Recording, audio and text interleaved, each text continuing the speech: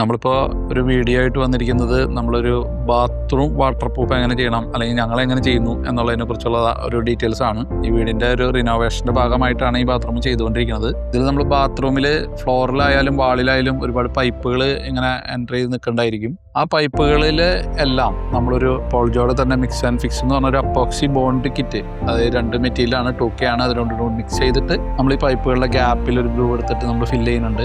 സാധാരണ നമ്മൾ സിമെന്റും PVC-യോ UPVC-യോ ഇങ്ങനത്തെ മെറ്റീരിയലുകളൊന്നും തമ്മിലൊരു ബോണ്ടിങ് ഉണ്ടാവില്ല. അവിടെ ഒരു എക്സ്പാൻഷന്റെ, അതായത് PVC-യും സിമെന്റും തമ്മിൽ എക്സ്പാൻഷൻ റേറ്റ് വ്യത്യാസമുള്ളത് കൊണ്ട് ആ പൈപ്പുകൾക്ക് ചുറ്റും ഒരു ഗ്യാപ്പ് എപ്പോഴും ഉണ്ടായിക്കൊണ്ടിരിക്കും. അപ്പൊ നമ്മൾ ആ ഗ്യാപ്പ് ഇല്ലാതിരിക്കാനും അത് കറക്റ്റ് ചെയ്യാനാണ് നമ്മൾ ഈ ബോണ്ട് കിറ്റ് യൂസ് ചെയ്യുന്നത്.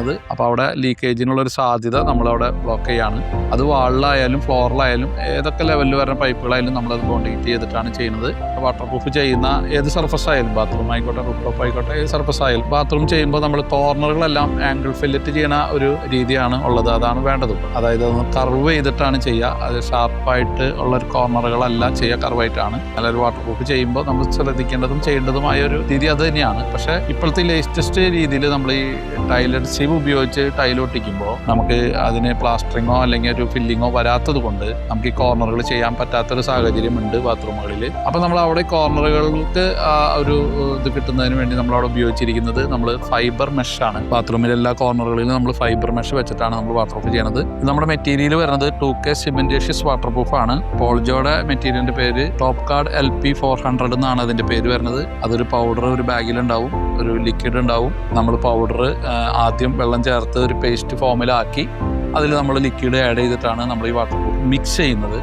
ഇത് നമ്മൾ അപ്ലൈ ചെയ്യുന്ന സമയത്ത് വെറ്റ് സർഫസിലാണ് നമ്മൾ അപ്ലൈ ചെയ്യേണ്ടത്. കാരണം അതിൻ്റെ ബോണ്ടിങ് സ്ട്രെങ്ത് കിട്ടണമെങ്കിൽ വെറ്റ് സർഫസിലായിരിക്കണം. അപ്പോൾ നമ്മൾ ആദ്യം അതൊന്ന് ചെയ്യുന്ന സ്ഥലം ഒന്ന് നനയ്ക്കുന്നു. അതിനുശേഷം നമ്മൾ ഫസ്റ്റ് കോട്ട് ഈ മെഷ് കോർണറുകളൊക്കെ മെഷ് ഫിക്സ് ചെയ്തുകൊണ്ട് ഫസ്റ്റ് കോട്ട് ചെയ്യുന്നു. നല്ലോണം ഡ്രൈ ആയതിനു ശേഷം നമ്മൾ അതിൻ്റെ സെക്കൻഡ് കോട്ട് ചെയ്യുന്നു. ഇത് കഴിഞ്ഞ് 3 ദിവസം നമ്മൾ ഡ്രൈ ക്യൂറിങ്ങിന് വിടുന്നു. ഡ്രൈ ക്യൂറിങ് കഴിഞ്ഞതിന് ശേഷം നമുക്ക് പോണ്ട് ടെസ്റ്റ് നടത്തിയിട്ട് വാട്ടർ ലീക്കേജ് ചെക്ക് ചെയ്തിട്ട് ടൈൽ ഒട്ടിച്ചാൽ മതിയാവും. അങ്ങനെയാണ് നമ്മൾ ചെയ്യുന്നത്. ഈ വാട്ടർ പ്രൂഫിന് ശേഷം നമ്മൾ ഡയറക്റ്റ് ടൈൽ വർക്കാണ് വരേണ്ടത്.